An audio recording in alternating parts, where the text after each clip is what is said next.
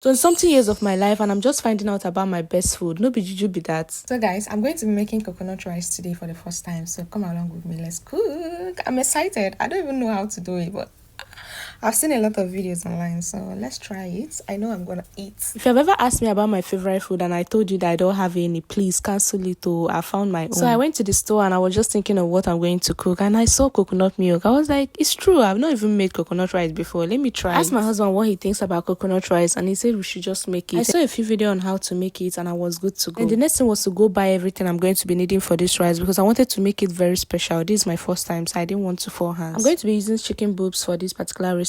I had to just chop it into small chunks. Most videos I watched, they were actually using goat meat, but this particular recipe I'm going to be using chicken because that's what I want to use for this. I'm not going to waste my goat meat for this food. Anyways, because goat meat is not that common here in Japan, so you have to go to a store where they sell it specifically to buy it. So the one I have is for something else. I made this ginger paste and it's honestly very convenient to use. Just have to do is to blend it very well and keep it in your freezer. I use this ice cube maker in my freezer because it's going to make it very organized. I actually learned it from Beko. I don't know if you guys know her, but she makes very nice meals and I learned this trick from her. So shout out to her. Honestly, at this point I miss Nigeria so much because there are a lot of things that are supposed to be used for this particular recipe, but they are not within my reach at this point. But anyways, we are going to cook the food regardless because of course we are going to improvise. I had to steam the chicken without any water at first so that the ingredients will just go in. You see this tomato that I used? I'm not supposed to use tomato, but then again it's improvising for me. Okay, I'm trying to get this red color out of it because I'm supposed to use like tatashi or shombo, but currently I don't have it because people in here, they don't eat pepper. You can only get this in an African store, any other store,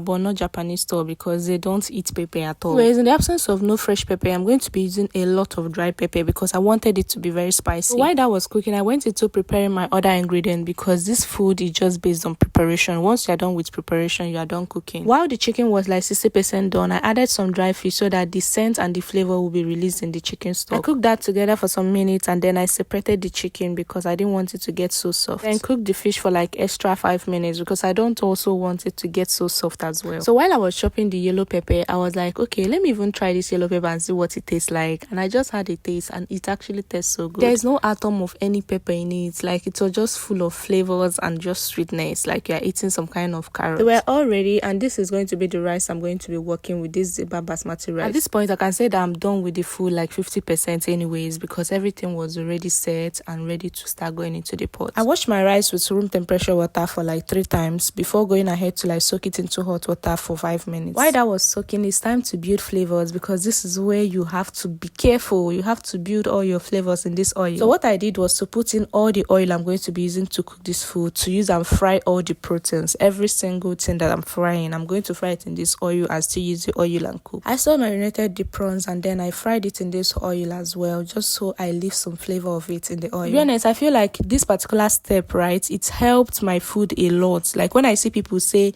build flavors, you guys build flavor. So I just fried my tomato and this ginger paste into this hot oil and I didn't add any ingredients or any spices at all. And that was because my meat stock was properly spiced and I'm going to be using it for this food. Like I'm going to be using all of it, so I didn't want to overspice it. So I added a little bit of my vegetables in this particular oil and then poured in my coconut milk. And you guys, this is where the aroma in my kitchen changed. When I poured it, I was actually a little bit scared because it was very thick. Like I was now wondering, the one I saw on TikTok, they were just light. Why is this one so thick? Like the sauce thickened a bit, like I was cooking some kind of sauce, like something like that. Like I added the thickener or something. But when I added more water, everything was good. I added some crayfish and some pepper. I tested it and at this point I had to adjust the ingredient because I think they did not come out so well. See, the way I like this mivina, I don't know what they put inside this mivina, but if I use it for any kind of jollof rice, I like it very well. I allowed it to cook for some minutes just so the ingredients come together, and at this point it was good. I had to just add in my rice. And for someone that is just cooking this food for the first time, I don't know who gave me the morale to cook this much rice because I felt like it was too big. But anyways, I trust my husband. He's going to eat it even if it's not good.